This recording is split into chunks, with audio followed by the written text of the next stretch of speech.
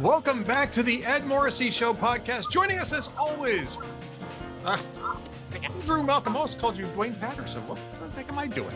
Andrew Malcolm, the Prince of Twitter, the regent of redstate.com. How can I screw this up? I've been off for 2 weeks. I was off for two weeks. I'm already out of practice, man.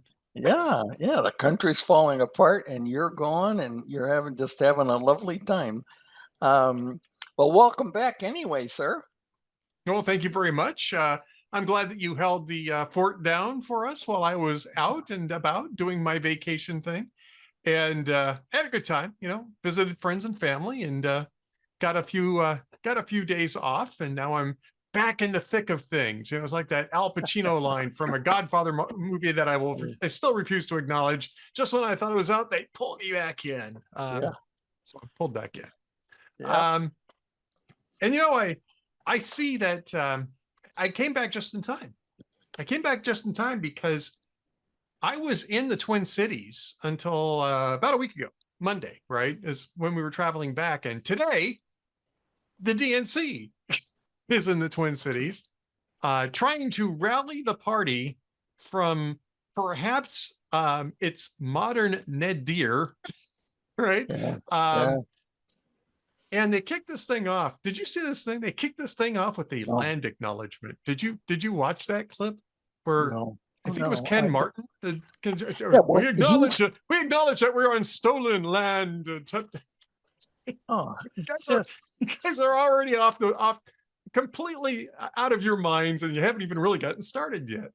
Well, he's from there, right? And I think he works some with Walls, and they're tigers of a similar stripe,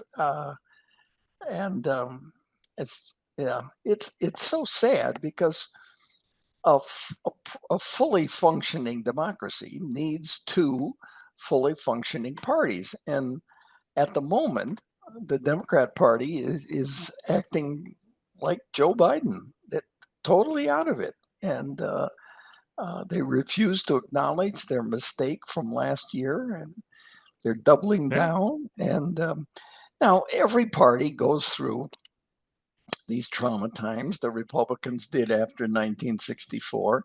But in 1966, the GOP bounced right back. And in 1968, they took over the White House for 5 of the next 6 presidential elections. But now we're what, 2/3 of the way through the first year leading up to midterms. This is the time where you should be recruiting timely candidates, raising money, and the Dems aren't. They got, I think, like 15 million in the DNC bank account. And the RNC's got over 80 million, and Trump's PAC has 200 plus million. It's and they're talking, and all through this, they're talking about land acknowledgement. They're starting off land acknowledgement. I know they refuse to change. They didn't get the message that woke is dead. Yeah, did you see Tim Walz?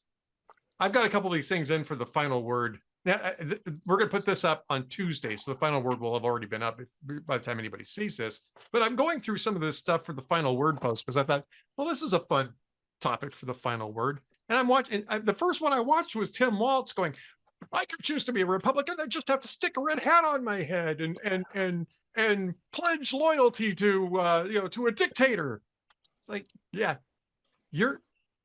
please be on the ticket. For the next 3 or 4 presidential cycles, please be on the ticket. Governor Jazz Hands McSnitchline, the guy who tried to get neighbors to rat on each other during the pandemic for having people over to their houses and going to church, is sitting up there talking about dictators and blind loyalty to political figures. This guy was participating and one of the biggest frauds on the American public ever, the Joe Biden regency. Oh, yeah. And they don't get it. They just don't. No, they just don't bother. Remember when Minneapolis was burning? His wife said the smoke smelled good because it was a police station. Yeah. Yeah. I mean, the whole thing is just insane, right? Um, so they're not listening. We've talked about this a number of times. We're going to talk about polls in just a second in another context, another topic here, a related topic. But these guys still haven't figured out that their big problem is actually Trump. They can't get over the obsession. They can't talk about anything else other than Trump. And I have a post, in fact, that just went up while we're recording this. It's called the cornering strategy. Bill Clinton had a triangulation strategy to co-opt Republicans in 1994. It was brilliant, and he executed it brilliantly. But he took the party back to the center while doing that, right? Democrats are now sort of the victims of Trump's cornering strategy. He does things to provoke them so that they'll land on the 20% side of an 80-20 issue. And crime is Yeah. just the latest one. Today he signed an EO ending cashless bail in DC. Now they can do that. Federal government has jurisdiction over Washington DC, and the city council only has the authority that the federal government allows them to have. So he can do that in Washington, D.C., just the same way he can put National Guard troops in Washington, D.C., which has been very successful, right? They've gone 11 days in Washington, D.C. without a single homicide. And I don't even know when the last time that actually happened. Yeah. It might have been somewhere around the Ford's Theater era when that happened. So now he's got Democrats who are out there outraged that he is going to use the Department of Justice to try to, basically bully other jurisdictions into ending cashless bail, which is a big progressive, agenda item. It was a big progressive agenda item. Now, Trump probably can't force them to do that. I don't even think that he can withhold federal funds on that basis. I mean, it'll get tied up in courts. It's not the point. Yeah, exactly. Exactly. The same, Yep. right? The same thing's true of his suggestion that he could send the National Guard into Chicago to do what they're doing in Washington, D.C. He really can't. I mean, legally, he really can't do that. He'd have to get permission from J.B. Pritzker to do that, and J.B. Pritzker is never going to agree to that. Same thing's true in San Francisco with Gavin Newsom. He'd have to, because states have sovereignty, and the federal government doesn't actually have jurisdiction over the city of Chicago. Well, he did it in Los Angeles, but that was to protect federal property. Right. It was to protect federal property and to protect federal agencies, federal law enforcement that were actually doing things that they do have jurisdiction for, which is immigration. Now, if it's something like that, they're doing immigration raids, yeah, you can send in the National Guard to protect them. But he's talking about doing law enforcement, which you can't do. The federal government can't do that in cities like Chicago because they don't have the jurisdiction. They have to be invited to do that. But he's provoking these fights because it forces Democrats to go on the side of criminals and criminality. It's so obvious. He's been doing this all year long. I decided to call it the cornering strategy because he keeps allowing Democrats to paint themselves into corners, defending things like illegal immigrants, human traffickers. Against the wall. Yeah. I mean, it's just crazy. And these guys still haven't figured it out because they don't actually have an agenda other than we just hate Donald Trump, and anything he says or does, we're going to oppose because law resistance part due. He has lived in their heads since the very beginning, since just before Hillary Clinton did not inherit the White House. Yeah, when she was not crowned, when she didn't receive her coronation. And right. they're still angry about that. To this day, they're angry about that. So they're in Minneapolis, presumably to figure out how they can stop losing, right? And to start getting people to donate to them again, which is a whole story in and of itself, right? Because Act Blue has basically been derailed. The USAID funds have been cut off. The feedback loops are gone, and now they can't raise money for hardly anything other than their own autopsy. Is basically a lot of the big time donors were really angry when they got fooled into Biden is as sharp as a tack. And that whole conspiracy, and then sticking the party with Kamala Harris, who burned through. This is just blows my mind. Who burned through $100 million every 7 days in her 15-week campaign. $1.5 billion of somebody else's money, and I'm just wasted $1 million to Oprah Winfrey. Now, Oprah Winfrey had an argument. She said, "Oh, she didn't pay me $1 million." And the media jumped on that, but the reality is she paid Oprah Winfrey's company $1 million, Right. as if that's a difference. So it it was a total sham, and all arranged by Nancy Pelosi. Uh, and so they're not writing checks so far. Now, presumably, they'll come around, but they're not falling for the orange man bad thing anymore. There needs to be more. Well, they're tired of it because Democrats aren't addressing the issues. And the reason why is because they're so far out on the issues. And to me, and I was making this argument with some friends today, this is sort of like the collapse of late night TV. Late night TV decided that they were going to curate their audience down to the progressives by doing nothing but Trump bashing and Republican bashing and strident political commentary and that sort of thing. And that's fine. It's their right to do that. But those are very expensive shows, and their audience dwindled down to basically Antifa. And they got Antifa-like ratings. And that's what's happened with the Democrats, is they're basically boiled themselves down to an Antifa agenda, and they're getting Antifa money.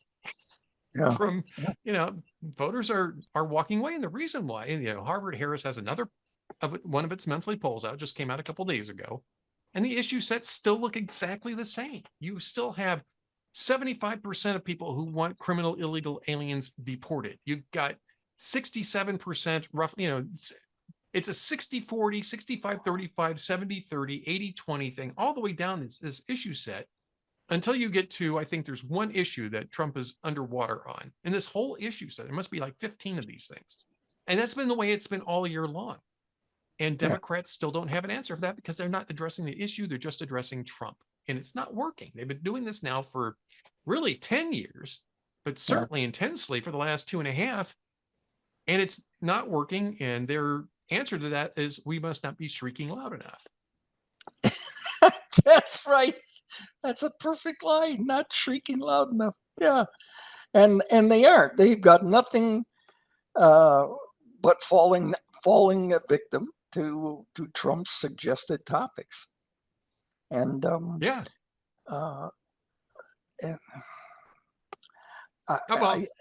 It's kind of like that line from and Beach likes to quote this too. Both Beach and I like to quote this line. You remember Beverly Hills Cop with Eddie Murphy, the first one? Yeah. Remember when he wants to get away from Judge Reinhold, and I can't remember the actor who plays the other cop, and he sticks bananas in the tailpipes, and then the guys that are sent out initially to replace the other cops because the other cops screwed up in following him, so we're not going to fall for that banana in the tailpipe trick. Well, Democrats keep falling for the banana in the tailpipe trick. Banana in the tailpipe. It's just such a funny image. I mean, it's a great part of it's a great part of the movie too. And one of the fun things that happened with that is I think it was the Mythbusters guys actually redid that just to see if it would do what the movie claimed it would do, which is to stall a car out. And I think they decided it wouldn't have worked, but it was still fun. Yeah, it's a funny. Movies are about images, not reality. Yeah. It's about fun, and especially comedies like that, action comedies, nothing that happened in that movie would have ever actually happened in real life. One of the interesting things, though, this is a real tangent. Apparently, there's a part of the movie, and you got to remember this movie came out in, I believe, 82, where the lieutenant is at the police station, right? This really high-tech police station in Beverly Hills because they got the best of everything, right? And he tells us, he says, Taggart's car right now, and they look it up like on a map thing, and say, oh, well, he's in front of this address. What's that address? And they go, well, it's this person. There wasn't any such car tracking system. That didn't come until a few years later. So they basically, LoJack, I think, was the first, and they're still around, by the way. But basically now it's just a lot of cars just have tracking systems with them. You can track your car. You can get in an app and track your car. And you can track cell phones. There's things for apps Absolutely. for family phones. Tell you where your kid's school bus is. So with all that in mind, getting away from Beverly Hills Cop for a second, with all that in mind, you pointed out something that The Hill ran about the Economist YouGov poll, showing that Trump's, rating is dropping. Now, I think people have a misconception that he is tremendously popular at the moment, and that's not the case, at least in terms of polling. But I will say that the Economist YouGov poll is probably not the most reliable measure of this. And I also, why don't you tell us what the poll found? Tell us what the poll found, and I'll tell you where I think that this falls in reality. Well, you already said it, that his approval rating is falling, and they like to hang that on the Ukraine, on the economy, and worried about tariffs and prices not going down. But nobody ever said prices were going down. We're talking about trying to stop inflation. And the whole media mantra is that Trump is in trouble on polls. But the reality is that has not mattered in his political career. Right. You cannot like some things about Trump, but he is an historic political comet. The norms don't apply to him, and that's what makes him so fascinating for news media that love to hate him. But he's so skilled. Do you remember another president who got 2 terms who was in show business? It was Ronald Reagan.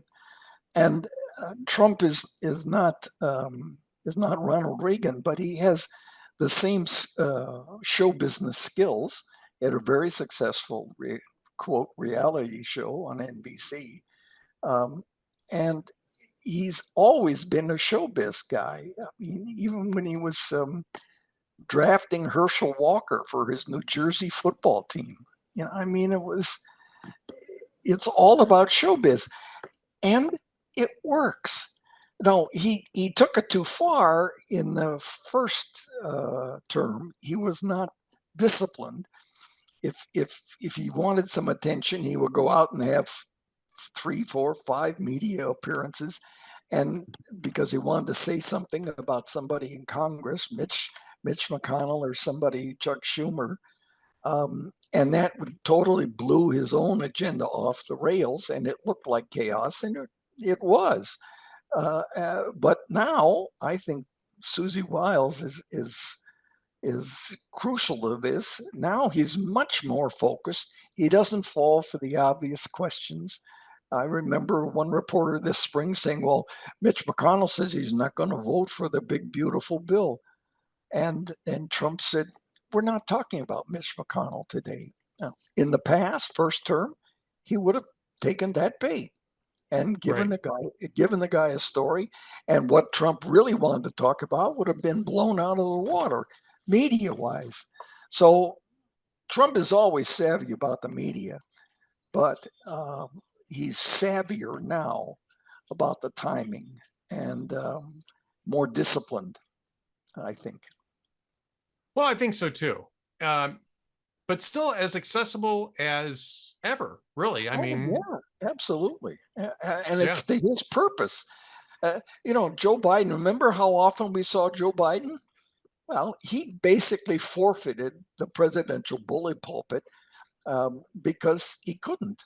They had to give him notes, the staff did, to sit down in the empty chair. He needed things like that. Well, Trump doesn't need a note for anything. Do you ever see him Uh, use notes? No. Uh, so he gives the air of competence, knowing what's going on, uh, and being in charge. And there's been a snowy blizzard of stuff that he's done since he's been in, and the Democrats, as you pointed out earlier, they can't handle it. They don't know what to do. They're overwhelmed. All they know to do is to go to a Joe Biden appointed judge and try to get a restraining order. And And most of the time, which plays right into his hands because it keeps them defending the indefensible. It's yeah, like with this Kilmar Bergo Garcia character, the guy who's been flagged for deportation since 2019, was caught doing human trafficking 3 years ago, and the Biden Department of Justice didn't want to pursue it. Now, this Department of Justice is pursuing it. He's had allegations of domestic violence. His wife has filed restraining orders against him, even though now she's 100% behind him, et cetera, et cetera, et cetera. And Democrats are arguing that this guy's some sort of a victim. yeah, And, so I guess he's a victim in the same sort of sense that Minneapolis is resting on stolen land. that's a good segue. That's a good segue. But to get back just really quickly to these polls, the Economist YouGov poll is YouGov is one of the poll series that really it really rates Trump on the low side. I mean, you can track it for trending, but it's not probably it's an outlier, really. Insider Advantage is an outlier to the other side and overrate Trump's popularity. But when you look at his Real Clear Politics aggregate average, right now he's underwater by 5 points, 46.1 to 51.1. That's actually pretty good for Trump. That's actually Barack Obama's numbers throughout most of his second term, actually. Yeah. He was in the 46, 47 range that entire time, and for most of that time, his disapproval rating was above that. So there's not really that much going on there. I mean, I can remember in his first term when his average was more like at the high 30s rather than the low or even the mid 40s, right? So Right. it's not that big of a deal. And the problem is that you said this earlier, it's kind of a non sequitur. He's not, I mean, I know he likes to troll people by saying he's going to run for a third term. He's not going to run for a third term. He's going to be 82 for the first place. And he's already talking about JD Vance and Marco Rubio would probably be the two people most likely to succeed him in 2028. He's just doing it to get a rise out of people, right? And that's just Trump. He likes to troll people. But it doesn't really matter to him. And the reason why it doesn't need to matter to him is because he's on the 80 side of these 80-20 issues. It doesn't matter if people don't like him. Right. He's doing the things that they want. He's deporting criminal aliens. He's securing the border. He's blocking men from competing in women's sports and occupying women's spaces. He's trying, at least at some small extent, to eliminate waste and fraud in the government. And those types of things are going to be sustainable. Those are the things that sustain people.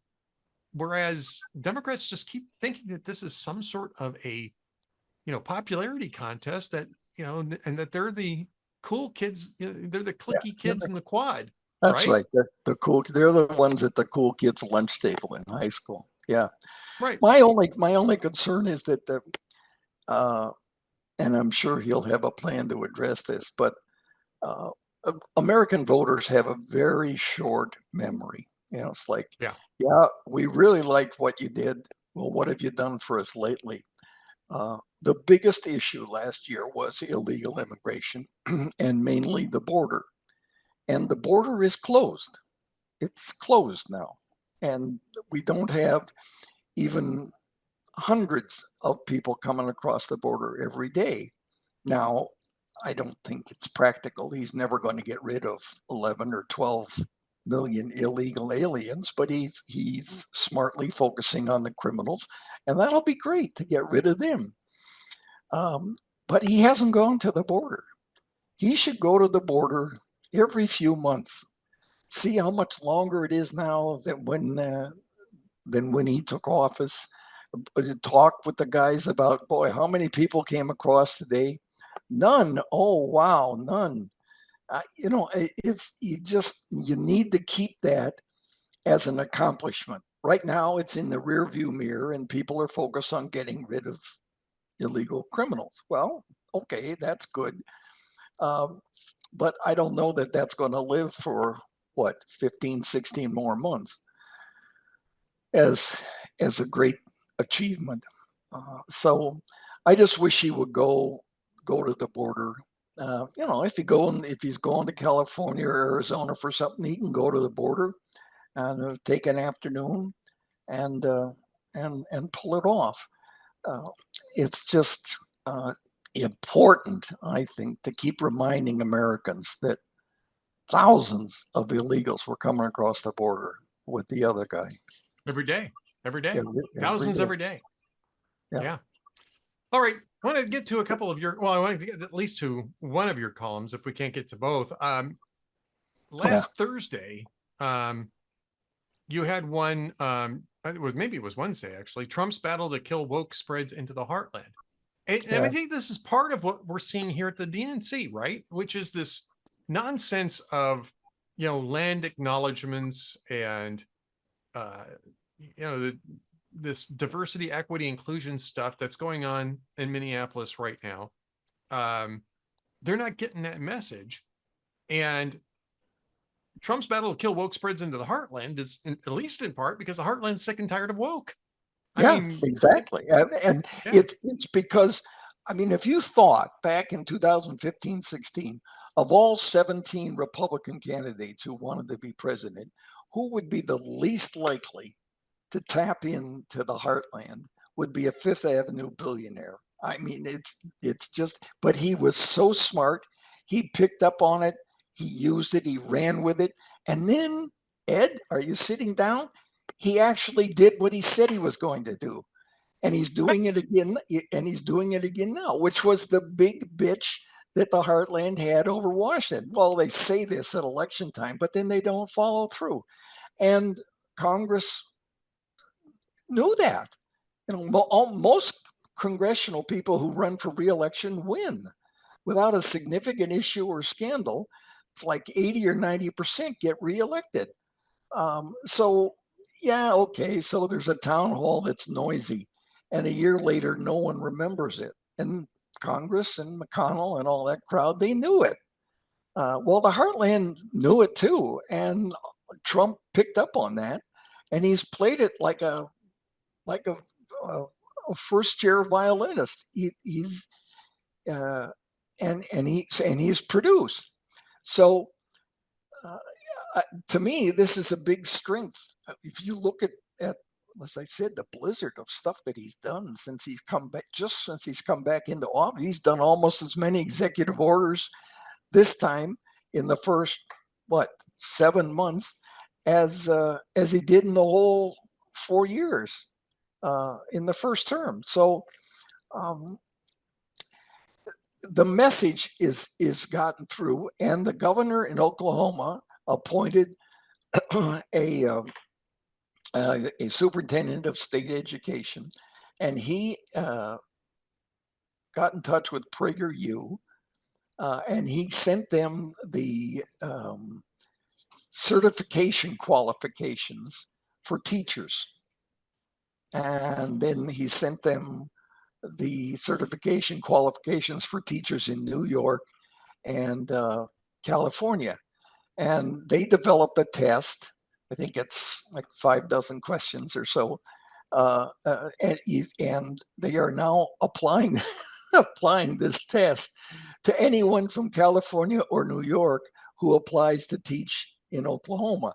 Now, I don't know how many there are, but any who do must pass this test. And Ed, it asks such tricky questions as, what are the 3 words of the Constitution? Why is freedom of religion important? And they're trying to weed out anyone who's into the DEI woke agenda, because as he said, we don't want them polluting the minds of young people in Oklahoma. Well, right. That's a great thing, and it wouldn't have happened without President Trump.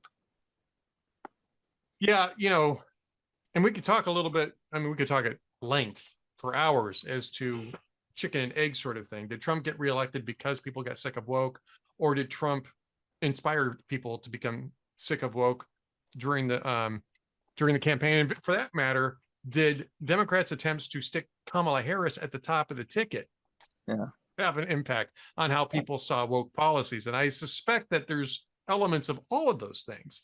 And plus a demented president. I mean, a guy that has trouble opening a screen door, and that's on video. Or, that lost look that he had looking up at the sky for divine guidance. Everybody saw that. And even if they weren't going to denounce him as totally decrepit, they wouldn't vote for him. And it's, he only got elected. It was the polls in 2020, 70% of Democrats said they were voting against Trump, not necessarily for Biden, but Biden seemed safe at the time. They hid him in the basement so you couldn't see that he was losing it. No, you're right. Yeah. All right. So go check redstate.com for Trump's battle to kill woke spreads into the heartland. That's Andrew's latest is Facing Putin's War. Trump struggles to construct his biggest deal ever. Peace. Be sure to read that as well. We didn't get a chance to get into that too much, but there's a lot going on, not just in Ukraine, but also there's some progress being made in Syria and Lebanon. Maybe not as much progress as we'd like to see, but there is some progress being made on the Abraham Accord expansion around Israel. So this is as close as we're going to get. I wrote about this in a post last, it's going to go up tonight. You've got presidents going back to Truman who've tried to make a legacy out of bringing peace to the Middle East. Probably more Nixon forward, Nixon, Carter, Reagan, et cetera, Clinton for sure. And even Trump in the first term. Trump in the second term is getting closer than anybody's ever gotten. And in large part is because he's resolved a half dozen, wars, maybe short wars, but still wars, this year already. And, he's obviously not having a lot of luck on Ukraine, but he is making progress in Syria and Lebanon. It's kind of interesting to watch. It is. It's fascinating to watch. Right. And at least it's fascinating to you and me. Apparently not fascinating to the protection racket media because they're hardly reporting on this stuff. Yeah. Well, I think people are learning what they can trust and what they can't trust. And certainly Hot Air and Red State are up near the top of the trustworthy outlets. That's right. And you know what makes us trustworthy at Hot Air? The jokes of the day. Yeah, we go. That's the biggest boost to integrity, I think, in journalism in decades. The jokes of the day. Do you have any jokes for us today? We don't yell and scream at each other, but we are able to laugh. I have one. All right. And I got one for you. I forget where it came from, but they said that the Carnival Cruise Line, they opened the first floating Starbucks on a cruise ship, and already there's a homeless guy in the bathroom.